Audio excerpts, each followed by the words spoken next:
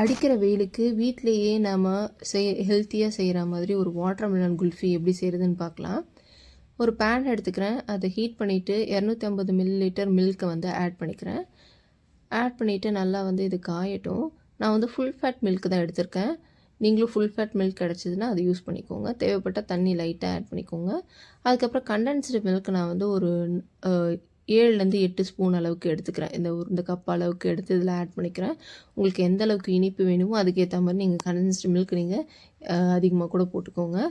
இது எல்லாத்தையும் நல்லா மிக்ஸ் பண்ணிவிட்டு இதை தனியாக வந்து ஆற வச்சுக்கலாம். அதுக்கப்புறம் வாட்டர்மெலன் எடுத்துகிட்டு இந்த மாதிரி நான் வந்து கட் பண்ணிக்கிறேன். இந்த அளவுக்கு நான் வாட்டர்மெலன் எடுத்துகிட்டு அதை வந்து க்யூபாக வந்து கட் பண்ணிவிட்டு அதில் இருக்கிற சீடெல்லாம் எடுத்துகிட்டு மிக்ஸி ஜாரில் ஆட் பண்ணிக்கிறேன்.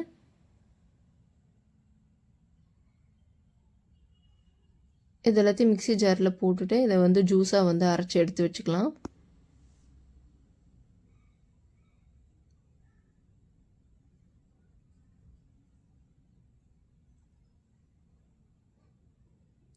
இதை வந்து நல்லா அரைச்சி எடுத்து வச்சாச்சு. இப்போ வந்து ஆறி போன மில்க் இருக்குது இல்லையா, நம்ம நல்லா ஆற வச்சு தான் இதை வந்து ஆட் பண்ணணும். இதில் வந்து ஃபில்டர் யூஸ் பண்ணி இந்த வாட்டர்மெலன் ஜூஸ் அதில் வந்து மிக்ஸ் பண்ணிக்கோங்க. அந்த மாதிரி ஒரு ஸ்பூன் வச்சு கலந்துக்கிட்டிங்கன்னா தண்ணி எல்லாமே கீழே வந்துடும். இந்த மாதிரி மிக்ஸ் பண்ணி இதில் வந்து ஆட் பண்ணிக்கலாம். சூடாக இருக்கிற பாலில் ஆட் பண்ணக்கூடாது. நல்லா காய வச்சதுக்கப்புறமா தான் நீங்கள் ஆட் பண்ணணும். இல்லைனா சம்டைம்ஸ் திரியாகிடும். அதுக்கப்புறம் என்ன பண்ண போகிறோம்னா, இதில் வந்து பால் எடை அதெல்லாம் கொஞ்சம் இருக்கும். ஸோ அதனால் நாம் என்ன பண்ண போகிறோம்னா, அகைன் இதை வந்து ஒரு டைம் ஃபில்டர் பண்ணிக்கலாம். இந்த பாலை ஒரு டைம் ஃபில்டர் பண்ணிக்கலாம். ஃபில்டர் பண்ணதுக்கப்புறம் பாருங்கள், அதில் வந்து மேலடை அந்த மாதிரிலாம் இருக்குது. ஸோ ஐஸ்கிரீம் சாப்பிடும்போது அது வந்து கொஞ்சம் டிஸ்டர்பன்ஸாக இருக்குன்றதால நான் அந்த மாதிரி ஃபில்டர் பண்ணிக்கிறேன்.